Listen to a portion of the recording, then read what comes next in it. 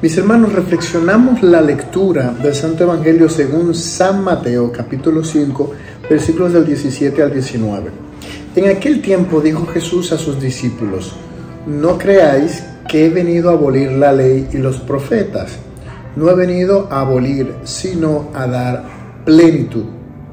En verdad os digo que antes pasarán el cielo y la tierra que deje de cumplirse hasta la última letra o tilde de la ley. El que se salte uno solo de los preceptos menos importantes y se lo enseña así a los hombres será el menos importante en el reino de los cielos.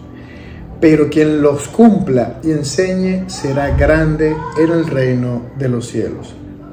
Palabra del Señor. Esta lectura del día de hoy, que es corta, pero muy importante,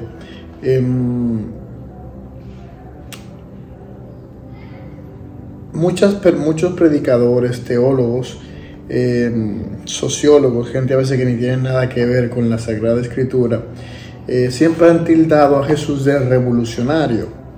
Normalmente alguien revolucionario rompe con todas las tradiciones, rompe con su cultura, con su patria, con todo. Él es totalmente distinto. En el caso de Jesús no es así. Jesús era un judío común y corriente en cuanto a su forma. Lo que pasa es que en ese judío Jesús de Nazaret también estaba la presencia santa de Dios. Él era Dios, la persona era Dios. Por eso es que él tenía dos naturalezas: la humana, con todo lo que tiene que ver con una persona normal humana, y también su naturaleza divina.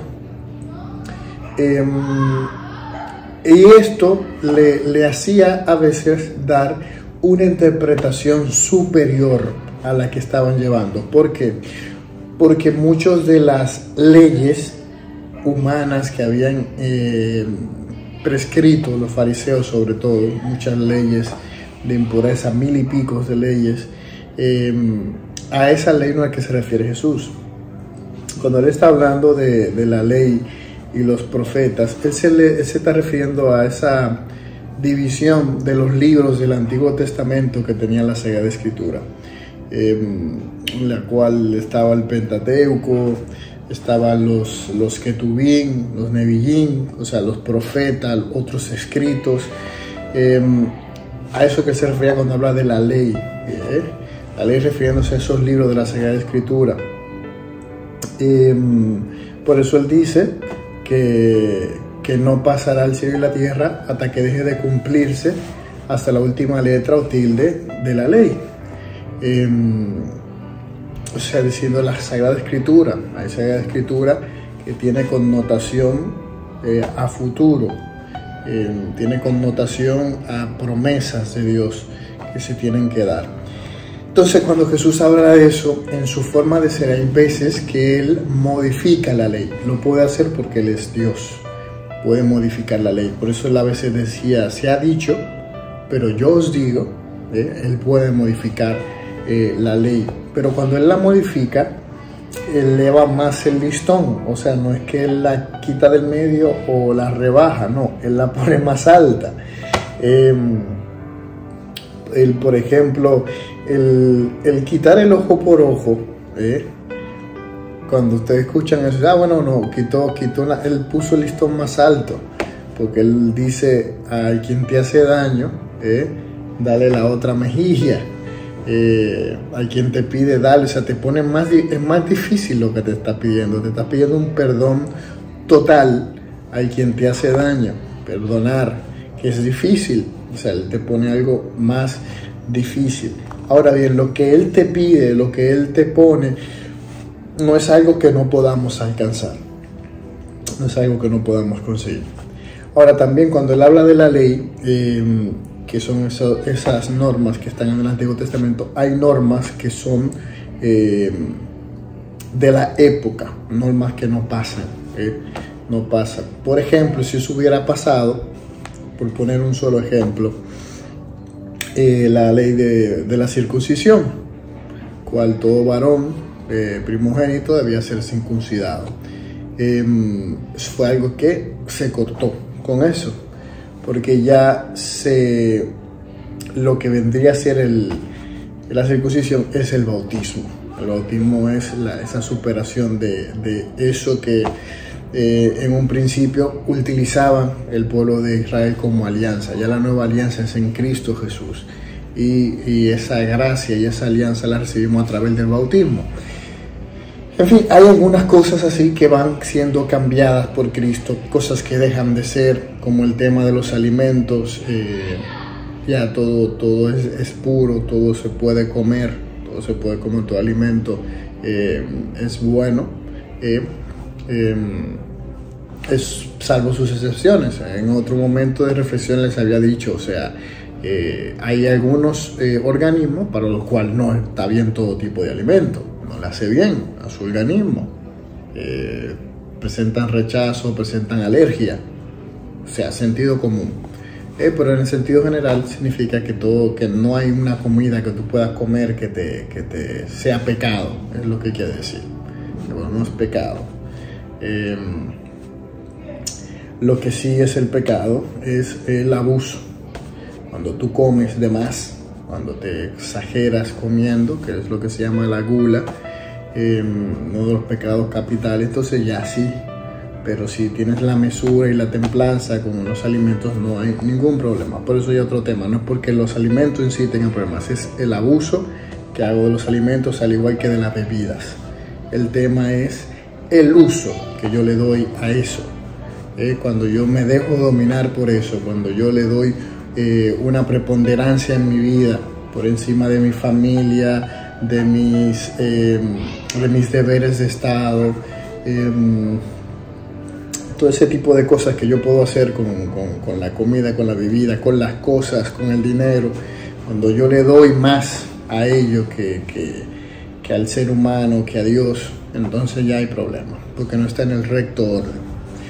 Entonces, esto es lo que nos quiere decir Jesús cuando habla de que no ha venido a abolir la ley, y que se va a cumplir la ley. A eso él se refiere, y ha explicado cómo hay algunas cosas que él cambió, modificó, como hay otras que se pierden porque era en su momento cultural, en su momento puntual era lo que estaba vigente. Luego en la nueva alianza dejan de ser, o quedan transformadas o elevadas. También nos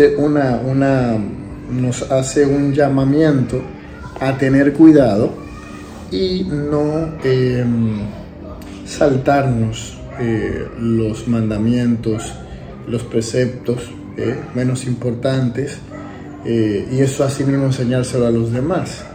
Es decir, por poner un ejemplo sencillo, el no dar limosna.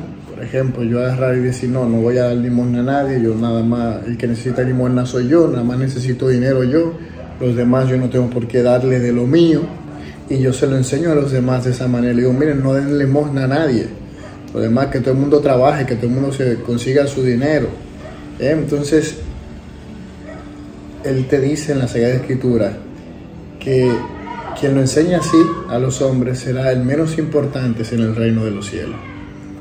Porque, o sea, le diste poca importancia a algo que iba a ayudar mucho a los prójimos, a tu prójimo, y así lo enseñaste a los demás, que fueron replicando eso que tú enseñaste. Por eso todos los que tenemos este llamado de predicar, de enseñar, tenemos que tener cuidado de los que nos están escuchando del otro lado, porque podemos desedificar a una persona, podemos confundir, podemos hacer que una persona hierre en el buen camino, por quizá no se hace enseñanza, y por eso hay que tener sumo cuidado.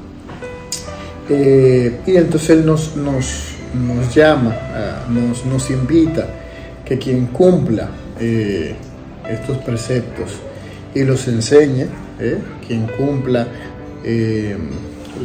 todas las normas ahí contenidas en la Sagrada Escritura y así las enseñe, pues también será grande en el reino de los cielos, ¿de acuerdo?